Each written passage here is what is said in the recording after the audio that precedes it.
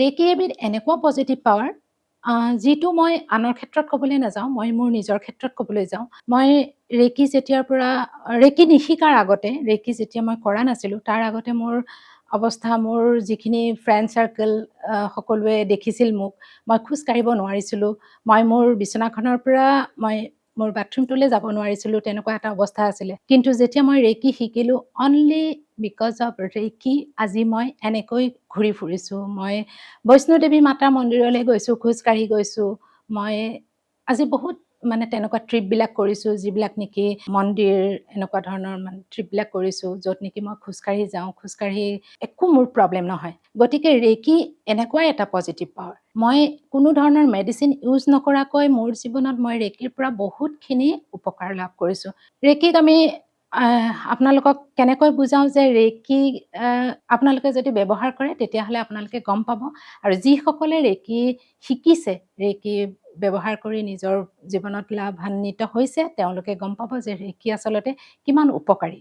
ৰেকিক আমি এই যিখিনি আমাৰ আশে পাশে থকা যিখিনি শক্তি, যিখিনি প্ৰকৃতিৰ শক্তি, সেই শক্তিখিনিক আমি কেনেকৈ আনো, আমাৰ হাতলৈ আনি লওঁ, আনি সেইখিনিৰ দ্বাৰা, সেই শক্তিখিনিৰ দ্বাৰা আমি ৰেকিক আবাহন কৰোঁ। আবাহন কৰিলে ৰেকি আমাৰ হাতলৈ আহি যায়। যিটো কৈছোঁ সকলোৰে ওচৰত আছে সেই পাৱাৰখিনি, কিন্তু ইউজ কৰাৰ প্ৰচেছটোত নেজানে, গতিকে ৰেকি ব্যৱহাৰ কৰিব পৰা নাই, বা এইটো কৰিলেই যে ৰেকি আচলতে সেই বস্তুটো জানা নাই। গতিকে ৰেকি হ'ল কি, আমাৰ ওচৰতে থকা, আমাক প্ৰকৃতিয়ে দিয়া সেই শক্তিখিনিক আমি আবাহন কৰি আমাৰ ওচৰলৈ আনো, আনি আমি হাতলৈ সেই শক্তিখিনি অহাৰ পিছত আমি এই চক্ৰসমূহক এক্টিভ কৰোঁ।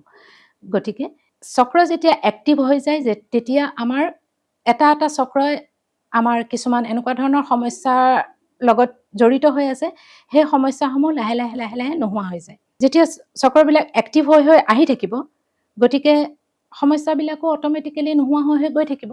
চক্ৰ এক্টিভ মানে সমস্যা সমাধান। গতিকে ৰেকিয়ে আমাক এনেকৈ সহায় কৰে।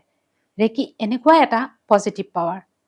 গতিকে আপোনালোকেও যদি ভাবে যে ৰেকি শিকক, আপোনালোকে বহুত উপকাৰী।